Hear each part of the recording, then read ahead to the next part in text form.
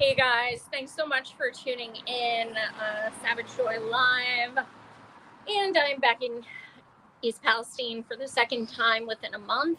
I wasn't able to bring as much mutual aid this time.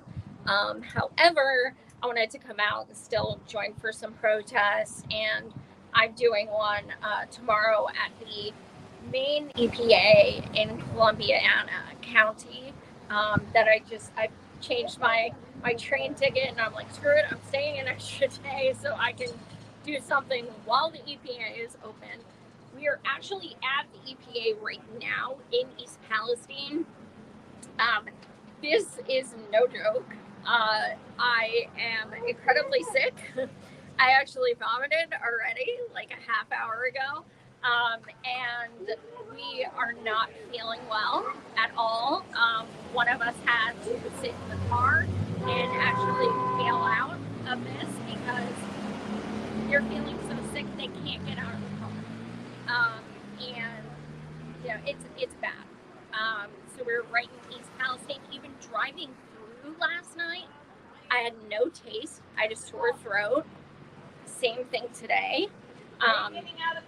Jenna has been, coughing continuously. It's been bad. And even locals, you think they'd be desensitized to it by now. They're not. They still get sick every time they come in here.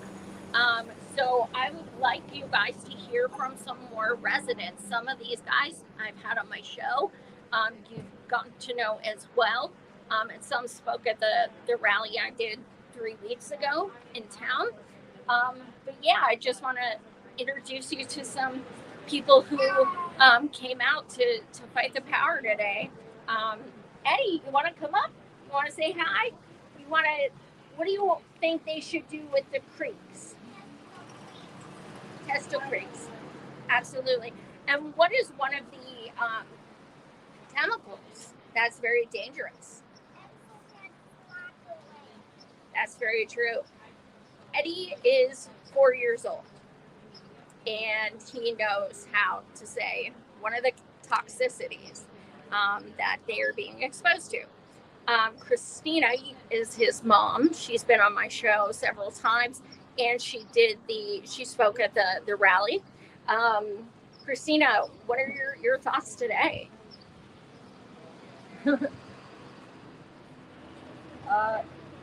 Well, we came up here, we drove through last night as well, coming back through Negri, which is about 3 miles downhill from here. And I got sick on my way home last night. She didn't know that yet. And then this morning I was still sick this morning, and I was just mentioning to people earlier while we were standing getting ready to come over here that I could still smell like chlorine, very like faintly in the air. I live like 6 miles away, and I still can smell it there too. So, Eddie, what do you think when you smell chlorine? I just go cracker plant and I smell it. Yeah, cracker plant. Do you want to explain what the cracker plant is? So the cracker plant is a petrochemical place. They make plastics, and they're also not far from here.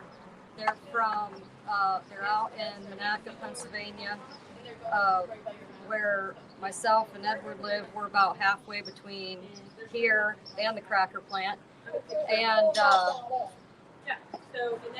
it's bad down there too. We're down there the other day,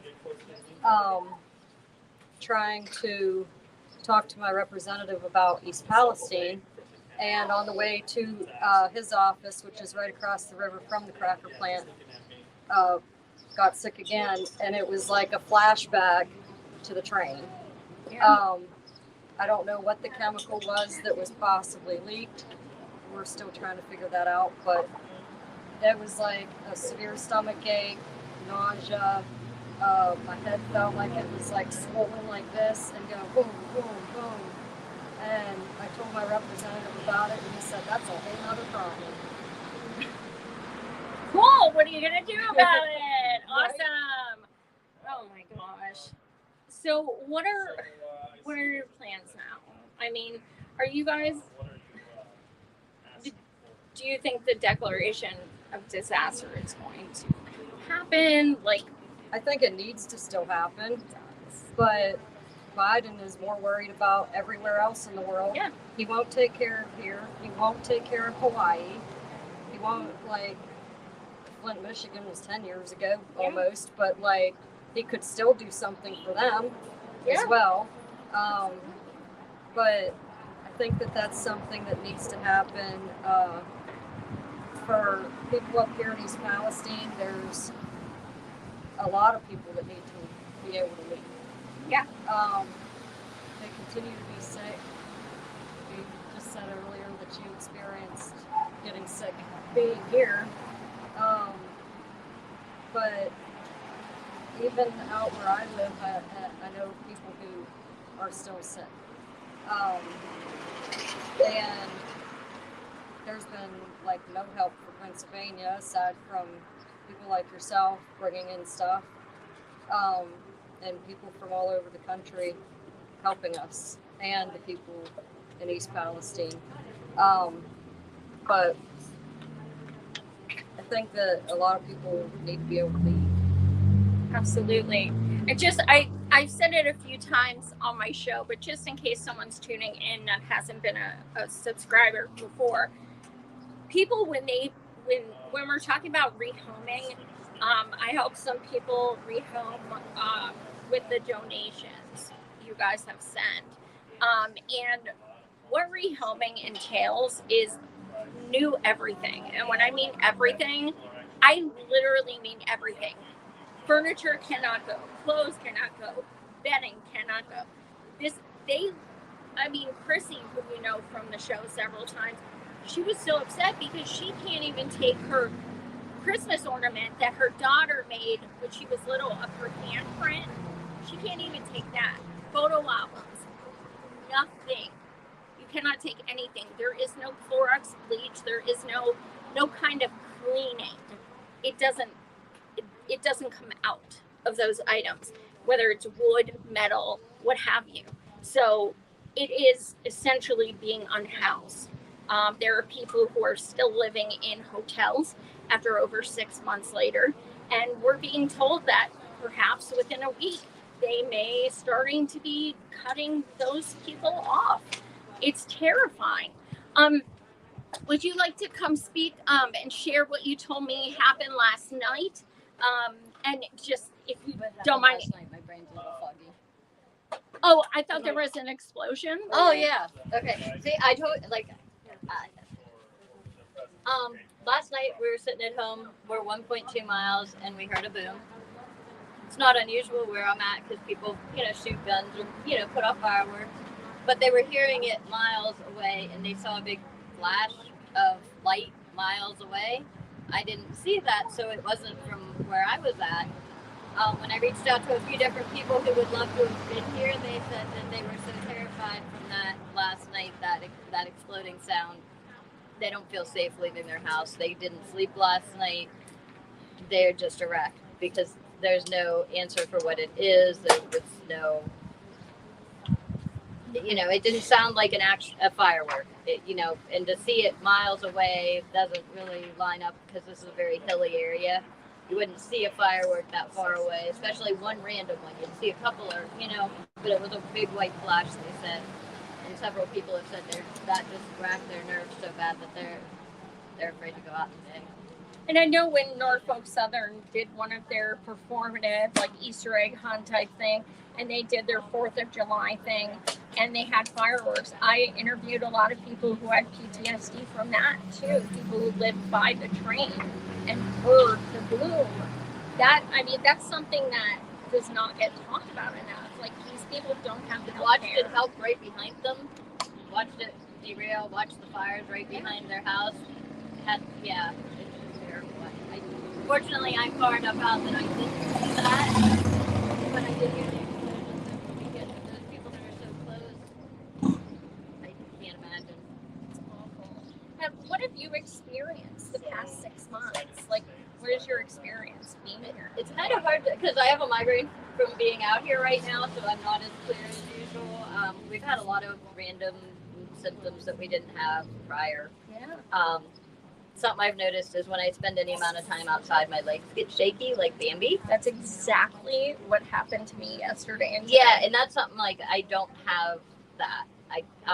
We've had the migraines. My grandson has a rash that follows the vein up his nail, up his arm, across his heart, and across his back. And 3 doctors have said, we don't know.